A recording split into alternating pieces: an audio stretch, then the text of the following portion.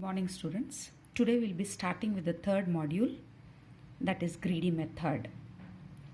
And in greedy method we'll be trying to find solutions to a problem. And how do I find the solution to a problem? The solutions will be found in stages. That means I'll be constructing an optimal solution in stages. At each stage we make a decision which is best at that point of time. And you should remember one thing, a decision made in one stage cannot be changed in the later. And decision should assure feasibility. Now coming to the point, what is feasible, what is optimal, I'll give you the definitions. The criterion used to make the greedy decision at each stage is called as the greedy criterion. And if at all I am satisfying the objective of the problem, then I am going to call it as optimization problem. And what are all the problems that come under optimization? Greedy method, dynamic method, branch and bound. Each of these methods will have different approaches to solve the problem. But these are all the methods that will come under optimization problem. Now, I should give you a definition for feasible and optimal, right? Okay. Let me say that I am having greedy method. Let me start this way. Greedy method is an approach to solve the problem, and this method is used for solving optimization problem. Okay. Now, what is feasible and what is optimal? I need to tell you, right? Okay. Let me take one graph, that is traveling salesman problem. I have the vertices here 1, 2, 3 and 4, right? Now the problem here is I need to travel from 1 to 4, but there are different ways in which I can travel. I can travel from 1 to 2, 2 to 4. This is one approach. 1 to 3, 3 to 4 is one way. Or 1 to 2, 2 to 3, 3 to 4 is another way. Or directly 1 to 4 is another way. Right. But if the distances are mentioned on the edges, now if I need to travel from 1 to 4, what would be the cost for traveling from 1 to 4? It is going to be distance in 5. And if it is 1 to 4, it is going to be 1 plus 3, that is 4. And if it is going to be 1, 2, 3, 4, it is going to be 1 plus 4 plus 2, that is 7. And if it is going to be 1, 3, 4, it's going to be 5. Now here, all these, that is 1, 2, 4, 1, 4, 1, 2, 3, 4, 1, 3, 4. These are all solutions.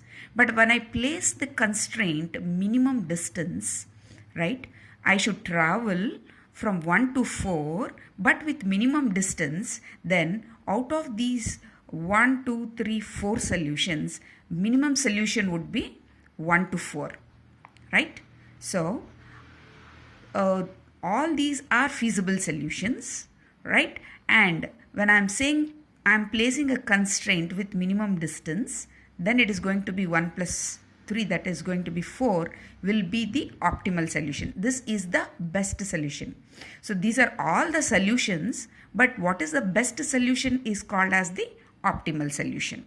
So optimization will expect us whenever I want to find a minimum result or a maximum result.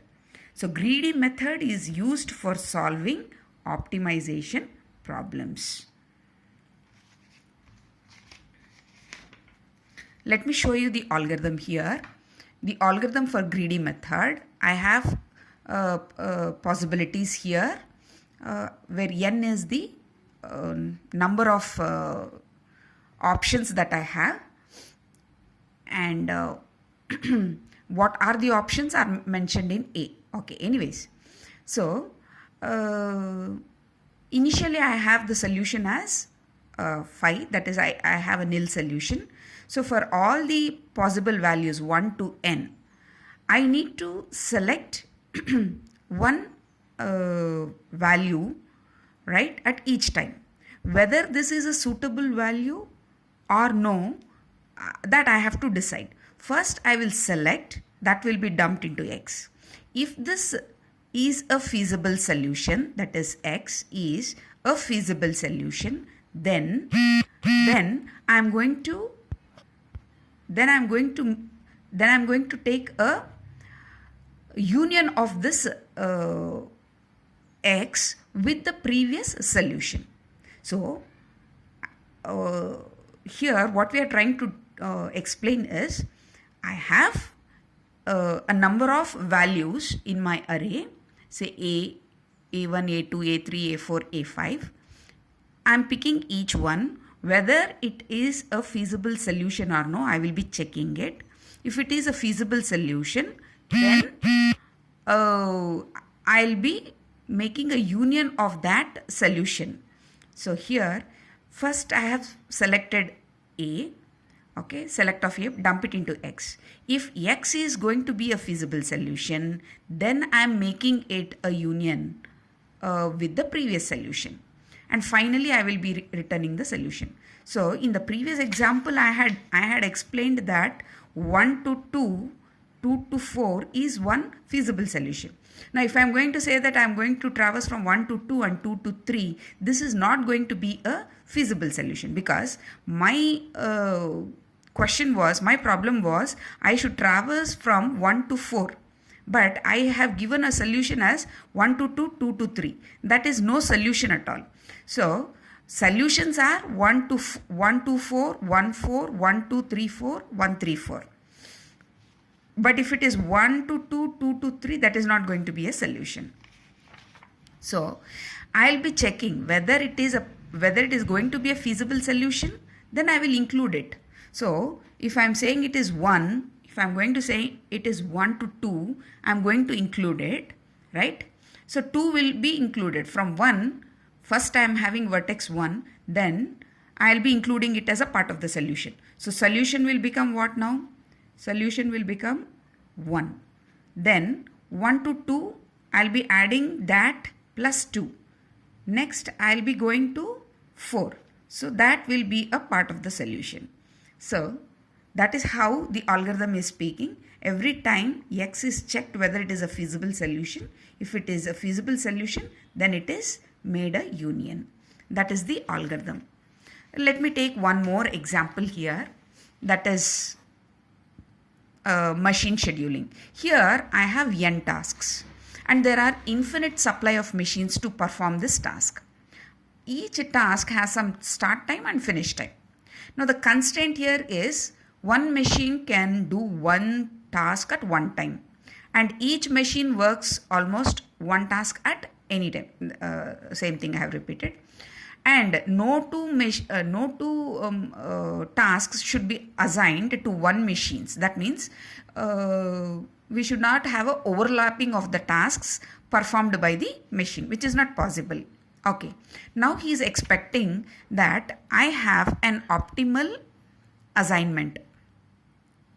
Optimal, that means I should see that I will utilize fewest machines and see that my tasks are performed. Let me take the example here. I have n tasks, that is, let me say 7. Let me call them as A, B, C, D, E, F and G. Let the start time be given for each task as some value, and finish time as some value. So for task A, start time is 0 and finish time is 2. Similarly for task B, start time is 3 and finish time is 7, and so on. Now I should see that I should assign these tasks to machines, and I should see that an optimal utilization of machines is possible. So here I have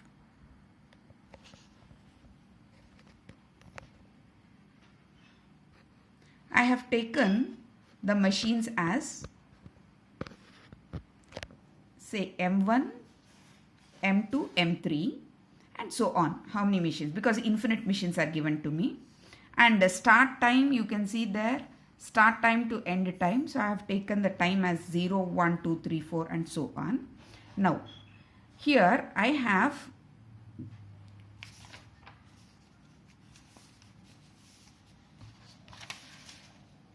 okay. So what I have done is in increasing order I have written the numbers here. So 0 start time I have taken it as 1, 1 start time 2, 3 start time as 3, 4 start time as 4. What is the next number? 6 as 5, 7 as 6, and 9 as 7. That means the way in which I should solve the tasks is in the non-decreasing order. That means in increasing order you can say. 0 will be the first task to be started. Next 1, next 3, next 4, next 6, next 7 and next 9. Okay, anyways. So if I have to assign it to the machines, so 0 to 2, I think I will assign it to machine 1. 0 to 2. Okay. And the next task that I have in hand is 2. That is 1 to 5. Now I cannot use the same machine 1 to 5 because this machine is already working. I cannot overlap two tasks. So now I have to choose machine 2, 1 to 5. Next, what is the next one? Next task is 3. That is 3 to 7. So this machine 2 is already working with task 2. So and it becomes overlapping, but I can take 3 to 7. I can assign that to M1. So 3 to 7. 3 to 7. Next, what is the next task? 4. That is 4 to 7. So here I cannot assign it to this one, nor can I assign it to M2. So compulsorily I have to go in for one more machine, that is M3. So that will be 4 to 7. 4 to 7. Next task for me is 6 to 8. 6 to 8. So this is also busy. This is also busy. So I have to go in for machine 2. 6 to 8. So 6 to 8. That is M2. So what will be the next task in my hand? That is 6 is 7 to 10. So here this completes at 7. So 7 to 10 I can choose M1. 7 to 10. M2 cannot be chosen at that point of time. I could have even chosen M3 also. Anyways, next task in my hand is, did we complete? 1, 2, 3, 4, 5, 6. There's one more, that is 7. 9 to 11. So 9 to 11. What are the machines for which I can choose it? I can choose 9 to 11. This is also free. This is also free. Any one machine I can choose. 9 to 11. So at the most I have taken 3 machines to assign 7 tasks. This is the optimal solution.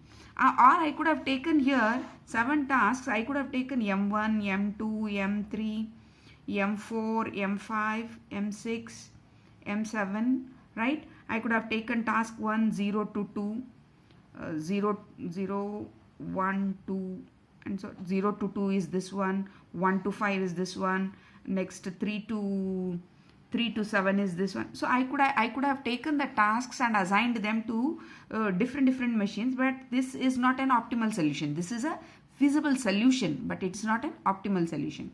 The minimum number of machines that I have used to see that all the tasks are accomplished is 3 machines. So this is an optimal solution. Thank you.